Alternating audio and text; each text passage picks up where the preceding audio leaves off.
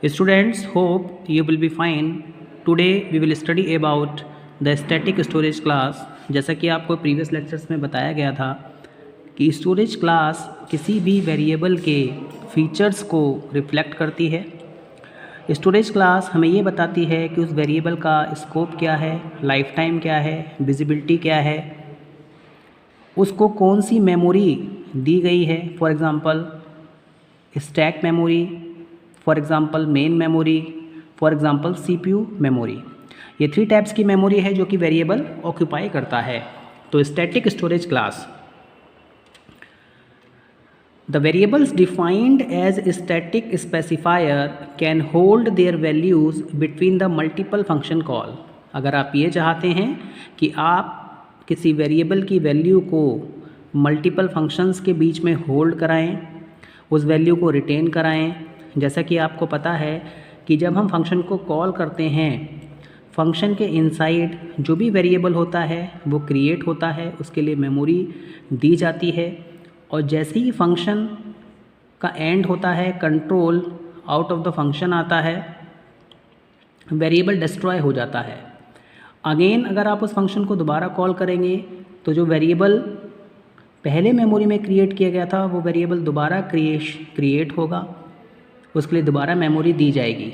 But अगर आप उस वेरिएबल को स्टैटिक बना देते हैं तो स्टैटिक वेरिएबल ऐसे वेरिएबल होते हैं जिनको केवल एक बार मेमोरी दी जाती है और उसकी वैल्यूज़ जो होती है मल्टीपल फंक्शंस के बीच में रिटेन होती है। Now students, our second point is that static local variables are visible only to the function और the block in which they are defined. Static local variables भी होते हैं, स्टैटिक ग्लोबल वेरिएबल्स भी होते हैं। तो जो हमारे स्टैटिक लोकल वेरिएबल्स हैं वो विजिबल होते हैं उस फंक्शन के लिए या फिर उस ब्लॉक के लिए जहाँ पर उनको डिफाइन किया गया है। स्टूडेंट्स, किसी भी स्टैटिक वेरिएबल को आप कितनी भी बार डिक्लेयर कर सकते हो, you can declare it many times, but उनको जो वैल्यू प्रोवाइड की जाती है वो केवल वन टाइम असाइनमेंट होता है। अगर आप उस वेरिएबल को दोबारा कोई वैल्यू प्रोवाइड करना चाहते हैं, फॉर एग्ज़ाम्पल हमने लिखा है static integer a equal to 1, again आप इसमें कुछ इंक्रीमेंटेशन करना चाहते हैं तो यहाँ पर क्या हो जाएगा, एक कंपाइलेशन एरर आ जाएगी। इट मीन्स कि यहाँ पर आप केवल एक बार उस वैल्यू को असाइन करेंगे। स्टूडेंट्स, जो हमारे स्टैटिक इंटीजर वेरिएबल होते हैं उनकी जो डिफ़ॉल्ट वैल्यू होती है वो क्या होती है, 0 होती है। अदरवाइज़ उसमें क्या आता है, हमारे पास में एक नल वैल्यू आती है। The visibility of the static global variable, जैसे कि आपको बताया कि हमारे पास में लोकल वेरिएबल होता है, इसको आप कितनी भी बार डिक्लेयर कर सकते हो बट वैल्यू केवल एक बार असाइन होती है। इसी तरीके से जो हमारा स्टैटिक ग्लोबल वेरिएबल है वो आपका किसी एक फ़ाइल के लिए लिमिटेड रहता है जिसमें कि उसको डिफ़ाइन किया गया है। स्टैटिक वेरिएबल को यूज़ करने का जो कीवर्ड है वो क्या है, स्टैटिक। अगर आप किसी भी वेरिएबल के आगे स्टैटिक कीवर्ड पुट करेंगे तो वो आपका स्टैटिक वेरिएबल कहलाएगा। नाउ स्टूडेंट्स, अब हम एक एग्जांपल देखते हैं। यहाँ पर हमने क्या किया, फाइल को इंक्लूड किया। एक हमने कैरेक्टर नेम का वेरिएबल लिया है c, जिसको कि हमने स्टैटिक बनाया। एक हमने इंटीजर टाइप का वेरिएबल लिया है i, जिसको भी हमने क्या किया, स्टैटिक बनाया है। अगेन हमने क्या किया, एक फ्लोट वेरिएबल लिया जिसको हम दोबारा एक स्टैटिक बनाएंगे।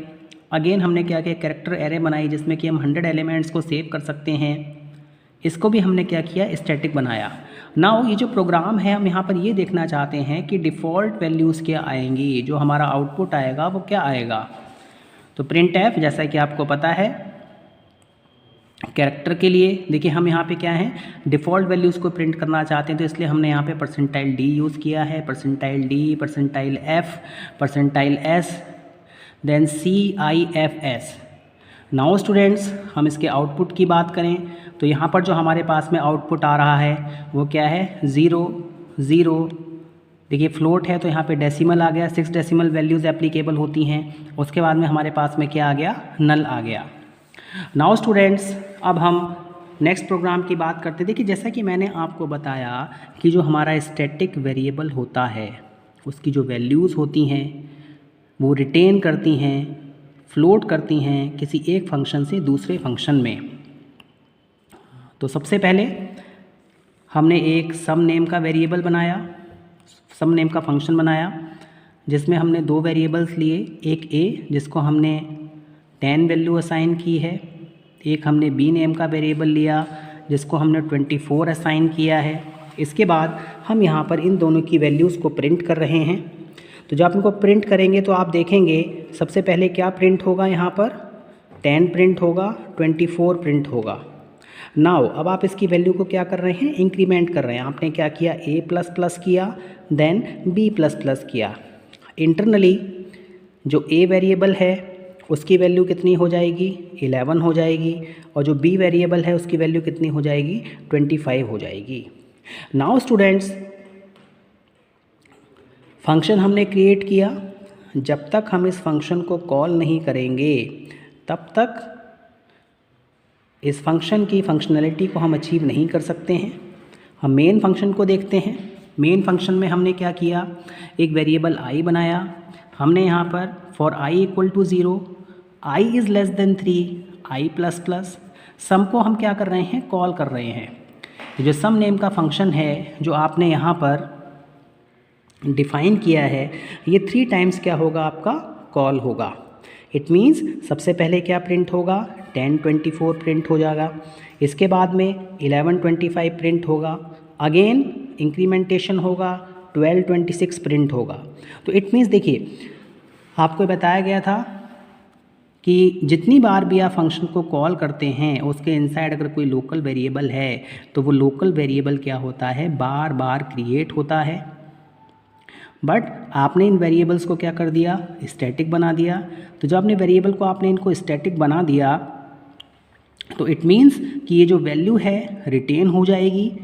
सबसे पहले कंट्रोल मेन फंक्शन से सम के पास में आएगा, सम का एग्जीक्यूशन होगा, then control gets back to the main function and again the control comes back to the function named sum. तो इस तरीके से वैल्यू जो होती है वो स्टैटिक वेरिएबल की रिटेन होती है। नाउ स्टूडेंट्स, हमारे पास में कुछ इंपॉर्टेंट पॉइंट्स हैं जो कि आपको रिमेंबर करने हैं। सबसे पहला point, they are initialized only once and exist till the termination of the program. अगर हम स्टैटिक वेरिएबल की बात करें तो स्टैटिक वेरिएबल केवल एक बार इनिशलाइज होता है और जब तक कि आपका प्रोग्राम मेन मेमोरी में है तब तक उसकी एग्जिस्टेंस रहेगी। जैसे ही आपका प्रोग्राम मेन मेमोरी से बाहर जाएगा वो आपका वेरिएबल क्या हो जाएगा, डिस्ट्रॉय हो जाएगा। मीन्स जो भी मेमोरी उस वेरिएबल ने ऑक्यूपाइड की है वो क्या हो जाएगी, फ्रीड हो जाएगी। Second point, students, no new memory is allocated because they are not redeclared. इसके लिए केवल एक बार मेमोरी एलोकेट की जाती है, बार बार मेमोरी का री एलोकेशन नहीं होता है, क्योंकि ये ऐसे वेरिएबल्स होते हैं जो कि throughout the program exist करते हैं। स्टूडेंट्स, नाउ स्टूडेंट्स, हम एक अगेन छोटा सा प्रोग्राम देखते हैं। इसमें देखिएगा किस तरीके से वैल्यू फ्लोट हो रही है। यहाँ पर सबसे पहले हमने क्या किया, फ़ाइल को इंक्लूड किया। फ़ाइल को इंक्लूड करने के बाद यहाँ पे हम क्या कर रहे हैं, फंक्शन को क्या कर रहे हैं, डिक्लेयर कर रहे हैं। फंक्शन को डिक्लेयर करने के बाद यहाँ पर हमने क्या किया, फंक्शन को क्या किया, डिफ़ाइन किया। मेन फंक्शन के इनसाइड हमने डिस्प्ले फंक्शन को दो बार कॉल किया। तो सबसे पहले जब इसको कॉल करेंगे कंट्रोल आपका यहाँ पर आएगा डिस्प्ले फंक्शन के पास में। यहाँ पर आपने किया है, एक वेरिएबल बनाया है c, जिसकी वैल्यू आपने कितनी दी है, 1। नाउ इसमें हम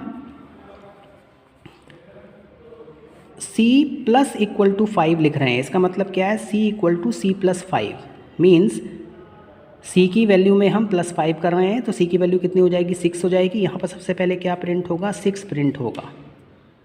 again control comes back to the main function, display आपका दोबारा कॉल हुआ, c के पास में वैल्यू क्या है, 6 है। अगेन इसमें 5 प्लस होगा, आंसर आएगा हमारा 11। इट मीन्स कि यहाँ पर जो वैल्यू है वो आपकी दो फंक्शंस के बीच में रिटेन की जा रही है। सो सिंपल वर्ड्स में हम ये कह सकते हैं, अगर आप वैल्यू को रिटेन करना चाहते हो, वैल्यू को दो फंक्शंस के बीच में फ्लोट कराना चाहते हो, वैल्यूज़ को दो फंक्शंस के बीच में होल्ड कराना चाहते हैं, तो आप वहाँ पे स्टैटिक वेरिएबल को यूज़ करेंगे, वेरिएबल के आगे स्टैटिक कीवर्ड लगाएंगे। स्टूडेंट्स, अब इसकी हम मेमोरी की बात करते हैं। देखिए, जो हमारा स्टैटिक वेरिएबल है उसकी डिफ़ॉल्ट वैल्यू क्या होती है?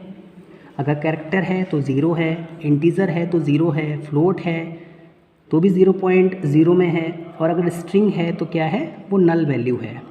तो जितने भी हमारे स्टैटिक वेरिएबल्स होते हैं उनके लिए जो मेमोरी है वो हमारी क्लास एरिया में दी जाती है। नाउ स्टूडेंट्स, जो हमारे मोस्ट इम्पॉर्टेंट पॉइंट हैं स्टैटिक स्टोरेज क्लास के, वो ये हैं कि स्टैटिक स्टोरेज क्लास जो है वो वैल्यूज़ को मल्टीपल फंक्शंस के बीच में होल्ड कराने के काम में आती है। प्लस अगर हम बात करें स्टैटिक वेरिएबल की, तो हम स्टैटिक वेरिएबल केवल एक बार आपका इनिशियलाइज होता है, मीन्स एक बार उसको मेमोरी दी जाती है, वैल्यू दी जाती है, उसके बाद में आप उस पर इंक्रीमेंटेशन कर सकते हैं, डिक्रीमेंटेशन कर सकते हैं। स्टूडेंट्स, अगेन यहाँ पर विजिबिलिटी की बात आती है। विजिबिलिटी, चाहे हम स्टैटिक ग्लोबल वेरिएबल के बारे में बात करें या फिर हम स्टैटिक लोकल वेरिएबल के बारे में बात करें, local variable with in the block define होगा, उसकी भी visibility with in the block होगी। और अगर हम स्टैटिक ग्लोबल वेरिएबल की बात करें तो स्टैटिक ग्लोबल वेरिएबल की जो विजिबिलिटी होती है वो थ्रू आउट द फाइल होती है, जहाँ पर उसको डिक्लेयर किया जाता है। स्टूडेंट्स, यहाँ पर आपको ये बात ध्यान में रखनी है कि जिस भी वेरिएबल को आप स्टैटिक बनाना चाहते हैं, उसकी स्टोरेज क्लास स्टैटिक बनाना चाहते हैं, तो आप उस वेरिएबल के आगे स्टैटिक कीवर्ड का यूज़ करेंगे। जैसा कि हमने इस प्रोग्राम में देखा, सी एक बार इनिशियलाइज हुआ, सी की वैल्यू क्या हुई? 1 आई। आप अगेन इसमें क्या कर रहे हैं? चेंजेस लेके आ रहे हैं। कंट्रोल डिस्प्ले फंक्शन से मेन मेथड के पास में जा रहा है, मेन मेथड से दोबारा डिस्प्ले नेम के फंक्शन के पास में आ रहा है। इट मीन्स वैल्यू दोनों के बीच में क्या हो रही है? रिटेन हो रही है। So static storage class is most important storage class. Hope you understood this one. Thank you very much.